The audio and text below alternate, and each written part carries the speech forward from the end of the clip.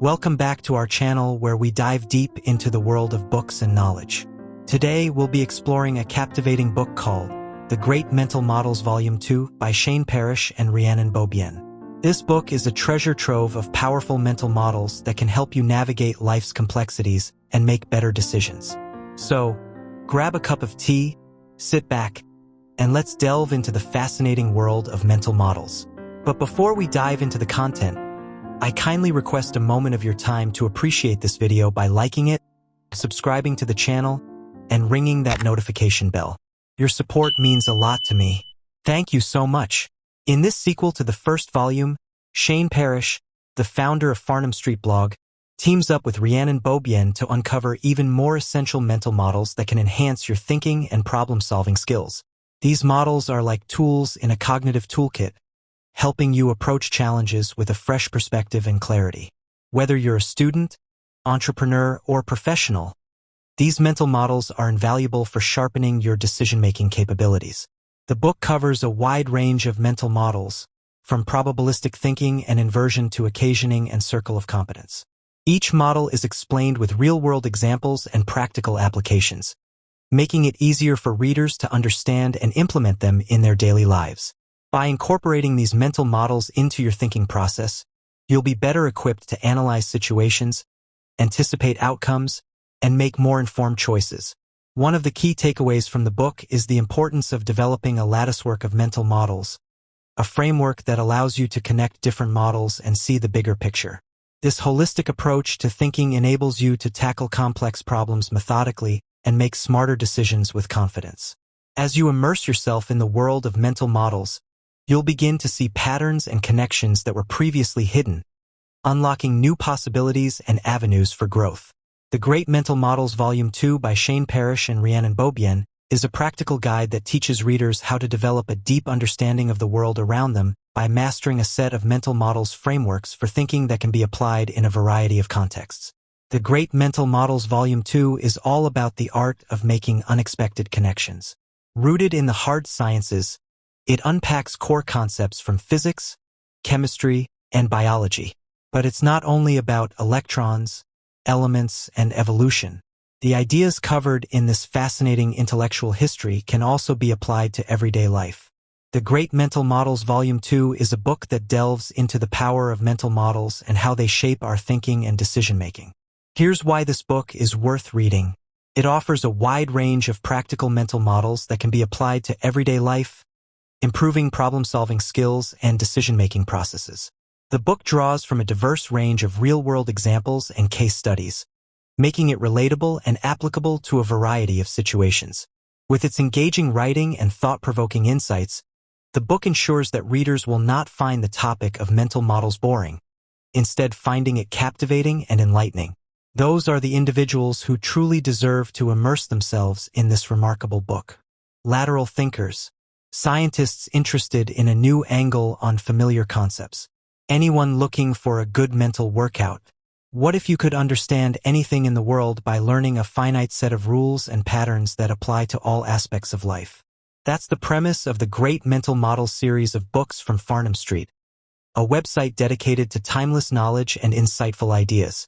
In this second volume in the Great Mental Models series, Rhiannon Beaubien and Parrish draw on models from physics, chemistry, and biology to help readers understand personal and social change, as well as competitive environments such as business. They explore topics including how social change is like a chemical reaction and how the theory of relativity can help you understand somebody you disagree with. In this guide, we organize the book's models around the themes of movement and change, interpersonal interaction, and surviving and thriving in a competitive world. Along the way, we expand on the models by tying in related ideas and showing you how to put the book's models into practice. Beaubien and Parrish argue that in a human context, Alloying describes the way people can combine their strengths to accomplish things that neither person could accomplish alone. For example, when Steve Jobs and Steve Wozniak formed Apple, they created an alloy that combined Jobs' business and marketing instincts with Wozniak's engineering skills to create a company and products that neither person could have created alone. Unlike physical alloys, human alloys can break apart. For instance, with the launch of the Macintosh computer, Apple's follow-up to the successful Apple II, Jobs distanced himself from the Apple II team and Wozniak, a move that contributed to Wozniak's decision to leave the company. Beaubien and Parrish point out that another benefit of working with others is that, in addition to complementing your skills, other people can supplement your knowledge and strengthen your understanding of the world. They argue that this is important in part because knowledge itself is an alloy of elements such as theoretical understanding, practical know-how, and wisdom. Often, these elements are only useful when they combine with each other. For example, it's one thing to intellectually understand how a clutch pedal and gear stick work together to select the appropriate gear while driving, but without practice, this theoretical knowledge won't prevent you from stalling a manual transmission car. The idea that knowledge can be strengthened by learning from others lines up with other explanations of knowledge in the Great Mental Models series. For example, in Volume 1, the authors recommend that you recognize your strengths and weaknesses and seek help from experts when you're outside your own circle of mastery. Likewise, in Volume 3, the authors argue that knowledge compounds over time such that each bit of learning eventually adds up to exponentially greater capabilities as your knowledge and skills alloy with one another. Cooperation. Whereas alloying shows the power of uniting toward a common goal, the model of cooperation shows how two parties can utilize reciprocity by aligning their actions to benefit each other, even as they pursue individual interests. Beaubien and Parrish illustrate this principle with the biological phenomenon of symbiosis, which shows how cooperation lets individuals align their purposes for mutual gain. In biology, symbiosis refers to a mutually beneficial relationship between two different species that live in close proximity. For example, clownfish spend much of their lives among the venomous tentacles of the sea anemone. The clownfish are covered in mucus that protects them from the anemone's sting, meaning that the anemone provides them a safe home. In return, the brightly colored clownfish attract other species that the anemone then kills and eats, leaving behind scraps that feed the clownfish. When Beaubien and Parrish describe symbiosis as a form of cooperation, they're referring to a specific type of symbiosis called mutualism, in which both species benefit from each other's actions. There are 3 other types of symbiosis, none of which has the same cooperative dynamic. The other types are commensalism, when one species benefits and the other experiences neither benefit nor harm; parasitism, when one species benefits at the other's expense; and competition, when species directly compete for resources. Beaubien and Parrish point out that similar forms of cooperation exist within the human world, often in the realm of business. For example, Etsy is a platform for creators, artisans, and small retailers to sell specialty goods. The platform is based on the idea of mutual benefit. Etsy provides the infrastructure and exposure that small sellers would struggle to get on their own, and in return, Etsy makes a profit by charging listing fees, transaction fees, and payment processing fees. This sort of business model demonstrates the power of Beaubien and Parrish's suggestion to think about what you can offer others, not just what they can offer you. Often, by helping others, you help yourself as well. The principle that helping others helps you isn't just useful in a business context. It also underpins many religious and spiritual practices. For example, in 10% Happier, retired journalist Dan Harris shares the insight, gleaned from his interview with the Dalai Lama, that practicing compassion for others benefits you as well. Specifically, compassion makes you calmer and happier, and it helps you befriend others, which in turn increases your opportunities for the more material forms of cooperation Beaubien and Parrish describe above. Understanding others. When working with others, either by alloying or cooperating, it helps to understand their perspective so that we can learn from each other, coordinate our efforts, and avoid disagreements. This section introduces 2 models that can help achieve these ends. First, the model of relativity points to the importance of recognizing other people's points of view. Then, once you know where the other party is coming from, the model of leverage suggests ways you can use the other party's needs to get what you want. Relativity. To work with other people effectively, you should keep in mind that everyone sees the world differently. That's the basis of Beaubien and Parrish's model of relativity, the idea that our understanding of a situation depends on our perspective. They explain that in physics, Einstein's theories of relativity establish that there's no fixed frame of reference when observing physical phenomena. Our perception of movement, distance, and time itself are dependent on our own position and speed relative to the event we're observing. An alternative example of relative perspective. While Beaubien and Parrish are correct that Einstein's theories imply that our observations are relative, the actual theory of relativity is hard to picture in everyday life. Another scientific concept that points out the importance of perspective and is simpler to illustrate is the Doppler effect. The Doppler effect describes the way sound, light, and other waves distort as their source moves toward or away from the observer. This means that, in effect, two different observers will see or hear the same event differently depending on their position and movement.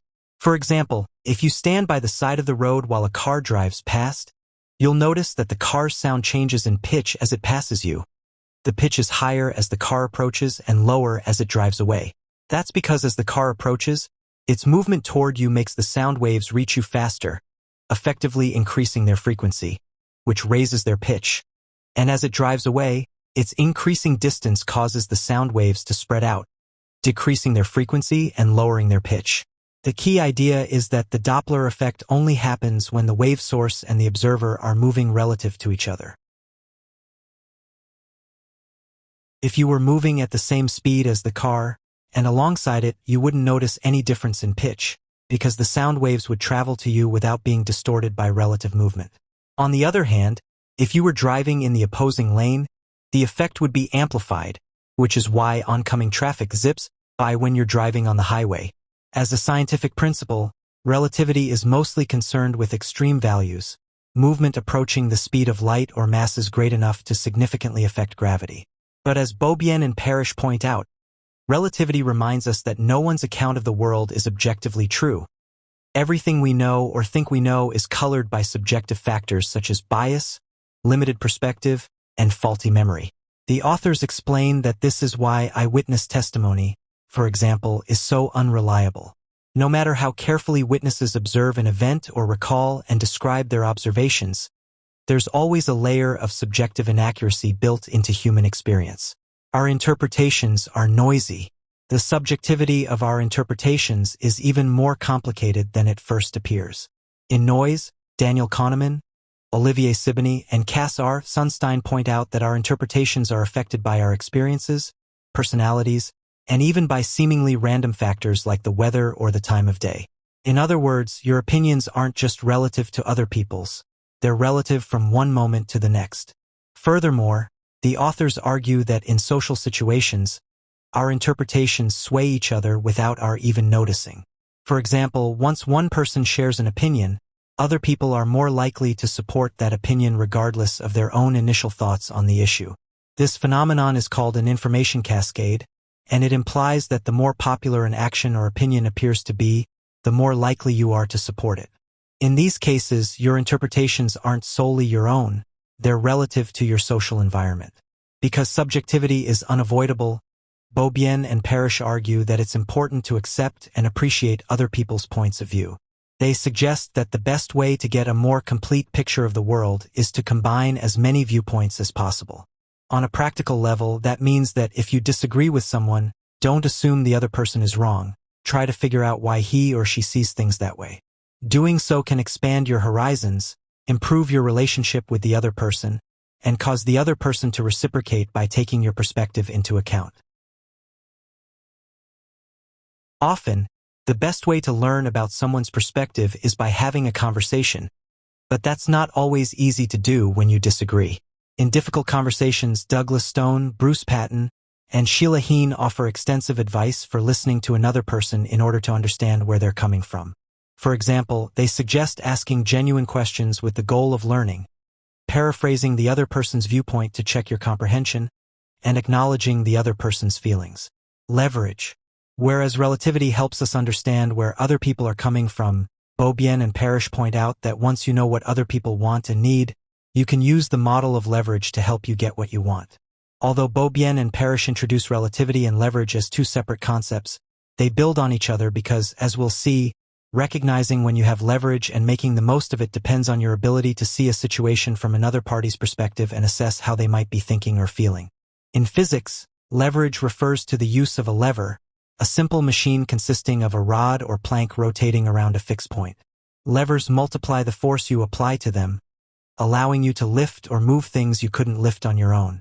For example, a child would probably have a hard time lifting another child of similar size into the air, but if the children are both seated on a teeter-totter, a type of lever, they can lift each other up with very little effort. In a social situation, having leverage means having a way to get what you want without applying large amounts of force. Beaubien and Parrish explain that leverage results from having something that other people want or need. The more they need it, and the less you need from them, the more leverage you have. For example, if you're the general manager of a baseball team and you're looking to trade your left fielder, you'll probably get a better return from a team that has a weak outfield and is struggling to make the playoffs than from a first-place team with a strong outfield. In short, Beaubien and Parrish say, leverage isn't about pushing other people around. It's about understanding where they're coming from and figuring out how to make your offer as attractive to them as possible. The authors argue that people often think of leverage as a way of manipulating or coercing others to do your bidding. They counter that leverage, at its most effective, is an extension of reciprocity. In other words, you'll get the best returns in an exchange when you focus on what you can offer others, just as you do when alloying or cooperating. Conversely, Beaubien and Parrish acknowledge that it's possible to use leverage to exploit others, though they warn that doing so ultimately undermines your position by teaching others not to trust you. Therefore, they suggest that if you want to keep your leverage, you should not push it too far. The darker side of leverage and empathy. Whereas Beaubien and Parrish advise combining leverage with empathy to gently push others toward your desired end, some negotiation experts take a different approach, arguing instead that you should use empathy to maximize your leverage without necessarily increasing your material offer to the other person. For example, according to former FBI hostage negotiator Chris Voss, a skilled negotiator can increase her leverage by meeting her counterpart's emotional needs. In Never Split the Difference, Voss argues that successful negotiation depends on your ability to gain your counterpart's trust, which you can do by making the other person feel safe and in control. To make the other person feel safe, Voss recommends the same active listening techniques you'd use if your goal was to understand the other person's viewpoint. The main difference is that in this case, you're doing things like repeating the other party's words and validating their emotions not only to understand their position but also to show that you understand it in order to get what you want from them. Voss explains that if the other party feels heard, they're more likely to trust you. Similarly, Voss recommends that you give the other party the illusion of control by asking open-ended questions that ultimately guide your counterpart to think about how to solve your problems. For example, if you're selling business accounting software, you might ask a potential client, "How can I make your accounting tasks easier?" The question invites information that will help you shape your sales pitch, for example, by telling you which software features to highlight, while making the client feel like you're on her side. If you use these techniques to meet the other party's emotional needs, Voss says that you'll learn more about their hidden wants, which often include irrational biases that you can exploit in order to gain even more leverage. For instance, if the software client reveals that she thinks her current software solution is unfairly priced, the salesperson can exploit her desire for fairness to make his product look more attractive. Part 3. Surviving and Thriving. Drawing mostly from biology and the theory of evolution, we'll finish by exploring some of the models that, according to the authors, suggest ideas about how to survive and get ahead in a competitive world. These ideas are particularly relevant in the business world, but many of the lessons also apply more broadly to life as a whole. Competition.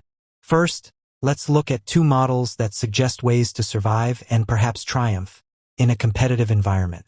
Both models are drawn from the larger mental model of evolution, the theory that species undergo gradual genetic change over time due to random mutations which are filtered through natural selection. These mechanisms ensure that beneficial changes persist, while disadvantageous changes die out. Beaubien and Parrish introduce two evolutionary models, the Red Queen effect and adaptation, to explain the importance of keeping up with our competition and the mechanisms by which we can do so. The Red Queen effect.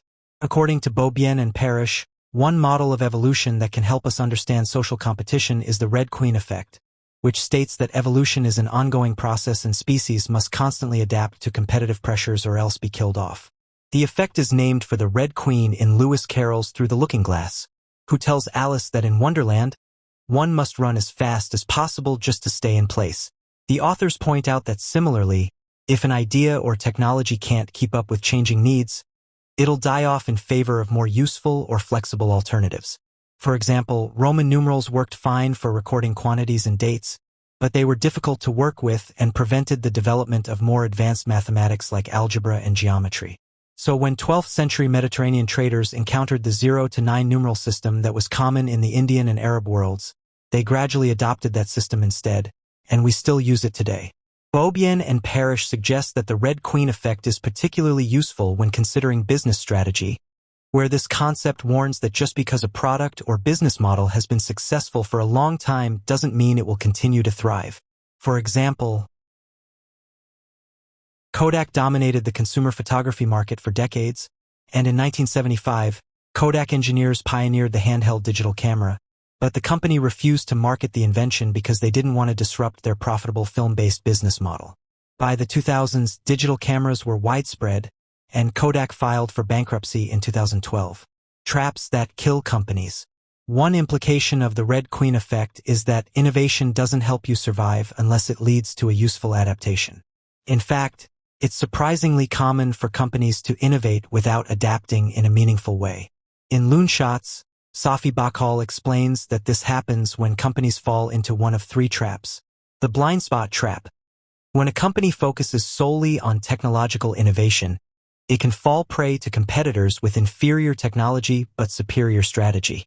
Bahcall gives the example of Pan American Airways, which prioritized having the most advanced and luxurious fleet, but went out of business after airline deregulation allowed competitors to offer lower prices and operate more efficiently. The Moses trap. When a company has a strong leader who dictates a specific vision, the company can get fixated on a specific technology and ignore the technical innovations that ultimately let their competitors overtake them. This was the case with Kodak. The Park trap. If a company comes up with new ideas but never turns them into products, those ideas won't do the company much good. This trap is named after Xerox's Palo Alto Research Center, which in the 1970s developed crucial computing innovations such as the personal computer and the graphical user interface. Xerox never developed or marketed these ideas, and eventually, companies like Apple and Microsoft used them as an influence for their own products. Adaptation and exaptation. Although the Red Queen effect suggests the importance of constantly evolving, it doesn't actually explain how to do it. Luckily, Beaubien and Parrish introduced the ideas of adaptation and exaptation to explain how you can keep up in a competitive environment. In evolutionary biology, an adaptation is a new structure that arises to serve a specific function. For example, the reptilian species that predated modern mammals had two bones, the quadrate and the articular, that formed the jaw joint. These bones were adaptations because they evolved for the specific purpose of hinging the jaw. In a technological context, adaptation is a straightforward idea. It means coming up with new products and strategies to bring in money. The trick, as we saw with the Red Queen effect, is to keep innovating to stay ahead of your competitors. In other words, business is what Simon Sinek calls an infinite game, that is, a game that never ends and whose purpose isn't to win, but to keep playing as long as possible. In the infinite game, Sinek argues that one of the keys to surviving such a game is to evolve proactively. He says that even when things are going well, you should anticipate future changes and be prepared to fundamentally transform your products and/or strategy before you're forced to do so. By doing so, you don't just survive change, you also benefit from it. Whereas biological adaptation requires developing a new structure for a specific purpose, an exaptation is the use of an existing structure for a new purpose. For example, for unknown reasons, the line of animals that eventually became mammals developed a new jaw hinge based on the squamosal and dentary bones, and shortly thereafter the quadrate and articular bones, the old jaw hinge, re-evolved into the hammer and anvil bones of the mammalian middle ear. The middle ear bones were an exaptation because they repurposed an existing structure for a new use. Beaubien and Parrish argue that in the human world, exaptation suggests that instead of inventing new technologies, you can be equally successful by finding new uses for existing ones. For example, the cavity magnetron is a component originally designed for radar systems in World War II. In 1946, while testing a magnetron, an engineer noticed that the snack bar in his pocket had melted, an accident that led to the repurposing of the magnetron as the basis of the microwave oven. When we think about innovation, we often think about new technologies, or in the example of the microwave, new uses for existing technologies. But as Safi Bahcall points out in Loonshots, innovation can be purely strategic as well. For example, Ford's assembly line production of the Model T was an exaptation based not on technical advances. The car and the assembly line already existed, but on a new method of assembling automobiles. Finally, Beaubien and Parrish point out that exaptation also means that you can create new technologies without necessarily knowing what they'll be used for. For example, in 1968, a scientist at 3M was trying to create a strong adhesive, but instead discovered an adhesive that was weak but removable and reusable. The scientist spent years looking for a use for his creation before a colleague realized it could be used to gently hold bookmarks in place. And with that, the Post-it note was born. In Antifragile, Nassim Nicholas Taleb points out that many of the world's great inventions have come from this sort of directionless innovation, which he calls tinkering. Taleb argues that tinkering is more valuable than research in the traditional sense because tinkering remains open to unexpected outcomes, whereas officially funded research usually has a specific end goal in mind, which limits creativity and discourages serendipitous discoveries. Finding your way. While models like evolution and adaptation suggest ways to outcompete your rivals at the same game, Beaubien and Parrish offer a final set of models that instead raise the possibility of thriving through divergence, finding your own unique place in the world and choosing the best path to get you there. Niches. Beaubien and Parrish argue that if you want to thrive, you should find your niche, a specific role in the social environment that lets you capitalize on your strengths and maximize your chances of success. The authors argue that to find the right niche, you should decide whether to be a generalist or a specialist. In biology, a niche refers to the function a species fulfills within its ecosystem. In this context, a generalist, like a raccoon, is a species that lives in a range of conditions and eats a variety of foods, whereas a specialist, like a koala, requires a specific habitat or food source. The authors suggest that this model applies equally well to human competition, such as in the business world. In this context, a generalist business offers a wide range of products or services. Generalist businesses face fierce competition from other generalists in the same niche, but they're also unlikely to go out of business as cultures and economies change. For example, big-box general merchandise stores like Walmart and Target are generalists because they offer one-stop shopping for groceries, home goods, clothing, electronics, and more. By contrast, a specialist business focuses on developing a narrow niche that no one else can fill.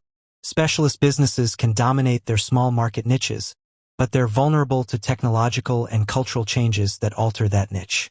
For example, since 1950, the Nielsen Corporation has measured the viewership of U.S. television programs and provided this data to networks and marketers. Thanks in part to its aggressive patenting of its technology, Nielsen historically faced no real competition. However, with the advent of streaming services, DVRs, and other technologies that have changed how people watch content, Nielsen's accuracy has come into question and new competitors have begun to threaten Nielsen's business model. Specialist niches might be especially valuable for companies who aren't equipped for heavy competition. In Blue Ocean Strategy, W. Chan Kim and Renee Mauborgne describe competitive generalist markets as red oceans, that is, oceans that have been stained by blood from constant fighting. Kim and Mauborgne recommend that instead of jumping into a red ocean and trying to outcompete established businesses, you should seek a blue ocean, meaning a market where you'll face little to no competition. They say you can do this by offering a uniquely valuable product or service. In other words, by finding or creating a specialist niche for yourself. In short, Beaubien and Parrish point out that generalizing and specializing both have their strengths and weaknesses. Rather than promoting one over the other, they suggest learning which one best suits you so that you can strategize appropriately. Most of Beaubien and Parrish's examples of niches relate to either technological evolution or business competition. But niches and the question of generalization versus specialization come up in a variety of everyday contexts as well. For example, you could choose to pursue a wide range of hobbies, a generalist approach, or pick one or two and build your expertise in them, a specialist approach. Similarly, you could choose to read a variety of books or dive deep into a single favorite genre. The stakes of these decisions might not be as high as they are when choosing a business strategy, but the trade-offs are similar. You always have to balance generalist breadth versus specialist depth. Velocity. Once you know where you want to be, for example, which niche you want to fill, you still have to figure out how to get there. That's why Beaubien and Parrish offer the model of velocity, which suggests the importance of knowing where you're going and not just how quickly you're moving. The authors explain that although we often use the words speed and velocity interchangeably, in physics, the two terms have slightly different meanings. Speed is an object's rate of movement expressed as distance divided by time, for example, miles per hour or meters per second. Velocity is an object's rate of movement in a designated direction, for example, a car's speed might be 80 miles per hour, whereas its velocity is 80 miles per hour west. Beaubien and Parrish explain that the distinction between speed and velocity is important because, as a metaphor, velocity reminds us to choose our direction carefully to make sure we end up where we want to go. For example, cars in a NASCAR race go fast, around 200 miles per hour on average, but they race mostly on oval-shaped circuits, meaning that all of that speed doesn't actually get them anywhere. Likewise, Beaubien and Parrish say, it's entirely possible to spend all of your time and energy working hard, gaining speed, without actually moving closer to your goals. For example, if you really care about becoming a professional musician, then getting promoted to a managerial position in your office job might increase your speed without actually taking you in the direction you want. In this sense, velocity is relative. For someone who cares about succeeding in business, the managerial promotion is progress, whereas a record contract would be irrelevant. How to chart your course. So how do you choose your direction and stick to it? In Start with Why, Simon Sinek recommends that you begin with the motivating purpose behind your actions. Although Sinek talks specifically about businesses, this approach is equally valuable on a personal level. When you think not just about what you do but also about why you do it, you'll find it easier to make choices that line up with your chosen purpose. In other words, starting with why is like having a compass. Your why will always let you know whether you're pointed in the right direction. Unfortunately, it's not always easy to determine which actions will take you in that chosen direction. That's why, in The One Thing, Gary Keller suggests that you take the time to determine the one action that matters most to your goals. Keller explains that once you've chosen your purpose, you should ask yourself what single, concrete action will do the most to bring you toward your goal, while making other actions easier or unnecessary. In other words, if your why is your compass, your one thing is like a GPS. It tells you what specific step you should take right now to get where you're going. When humans began exploring the Arctic, they encountered a problem. Their vessels tended to get stuck in the ice. Ramming your way through didn't work. In fact, it tended to sink ships. But there was an alternative. Squeeze a curved bowl from below and it pops up. That's basic physics. The first boat to navigate the Arctic Ocean, the Fram, had a bowl-shaped shallow hull, streamlined keel, and a rudder that lifted right out of the water. When the ice squeezed the ship, it popped up and sat on top of it. Using science, in other words, lets you work with nature. That doesn't just come in handy when you want to sail to the North Pole, though. It can also help you understand human society and history. In these insights, we'll unpack 7 fundamental ideas from physics, biology, and chemistry to create a set of mental models that shed light on everything from the French Revolution to modern warfare and the decline of Latin. In these insights, you'll learn why zebras are fast and Portuguese people don't speak Latin, how fleas accelerated the rebirth of European society, and what the production of bronze and driving a car have in common. 1. When it comes to social change, mass matters. Paris, 1905. The cafes are full. Waiters bustle from table to table, setting down small glasses of green liquor. The smell of aniseed fills the air.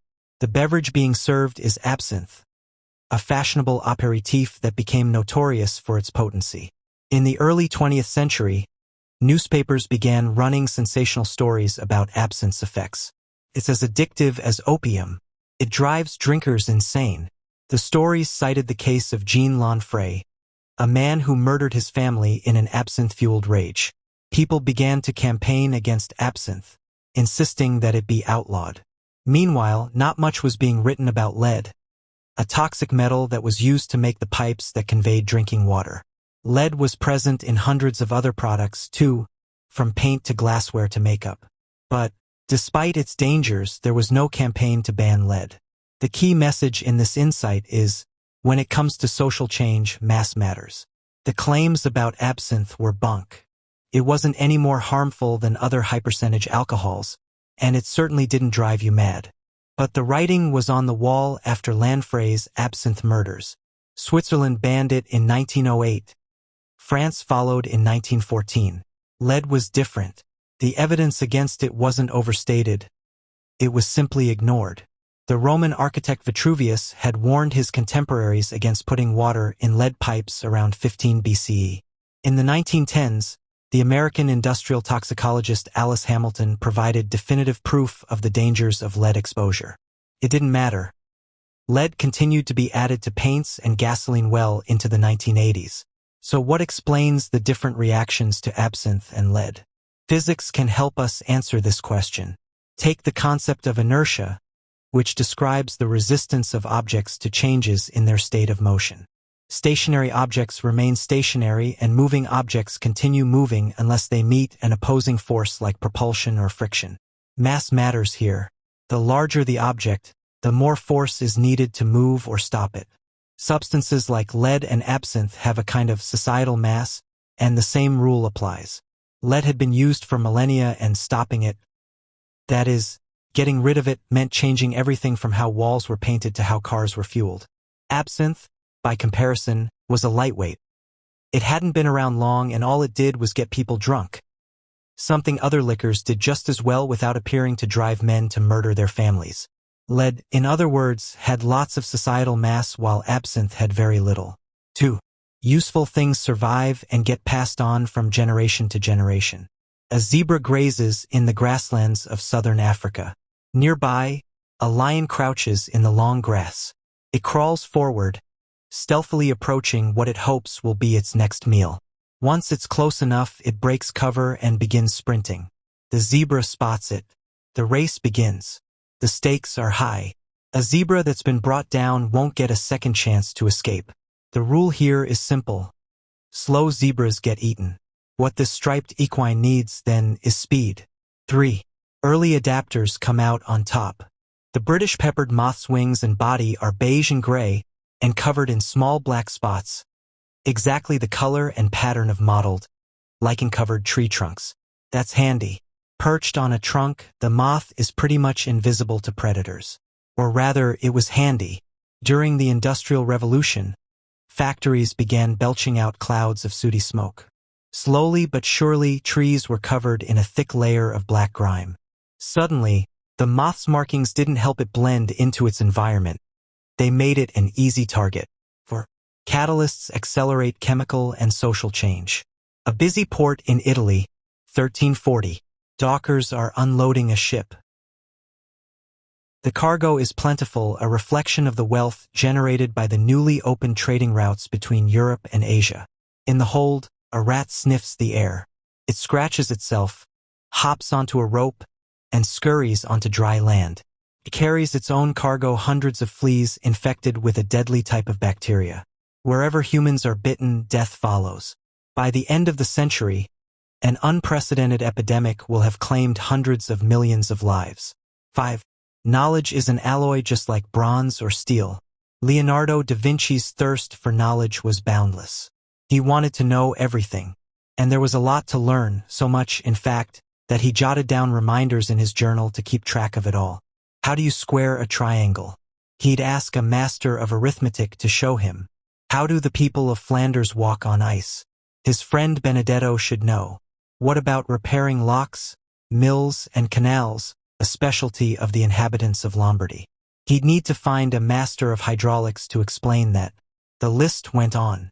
6. You get what you give, in physics as in life. Norman Bethune wanted to help people. And, in the early 20th century, there were plenty of opportunities for a gifted surgeon like Bethune to do just that. Medical services in Bethune's native Canada were still too expensive to be easily accessible for working-class folk, so he opened a free clinic and advocated for universal health care. 7. Humans might not be able to live without hierarchy, but they can choose better leaders. Rural France, 1788. We're on a farm looking at a chicken coop. It's easy to see who rules the roost. Some hens have first dibs on food and peck at the rest of the flock. Other hens defer to this avian elite while pecking their inferiors. At the bottom of the pile is the underclass. These hens never peck at others. Zoom out a little and you can see that French society looks a bit like this coop. 2 has its pecking order. So, if you're ready to expand your intellectual toolkit and elevate your thinking to new heights, The Great Mental Models Volume 2 is a must-read. Dive into the fascinating world of mental models and watch as your perspective and decision-making skills transform before your eyes. You can easily discover the link provided in the description section below, through which you can acquire a copy of this truly remarkable book that is sure to captivate and inspire you with its profound insights and engaging narrative.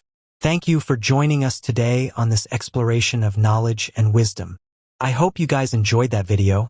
If you found this book summary helpful, be sure to give this video a thumbs up and subscribe to our channel for more book summaries and self-improvement tips to help you achieve your goals and lead a more fulfilling life. And share this uplifting summary with someone who may benefit from hearing them. Leave a comment down below if you've read this book or have any other recommendations for us. And also don't forget to explore our curated playlists of book summaries covering various topics. Stay tuned for our next video where we will be discussing another impactful book. Until next time, keep reading and keep learning. Stay curious.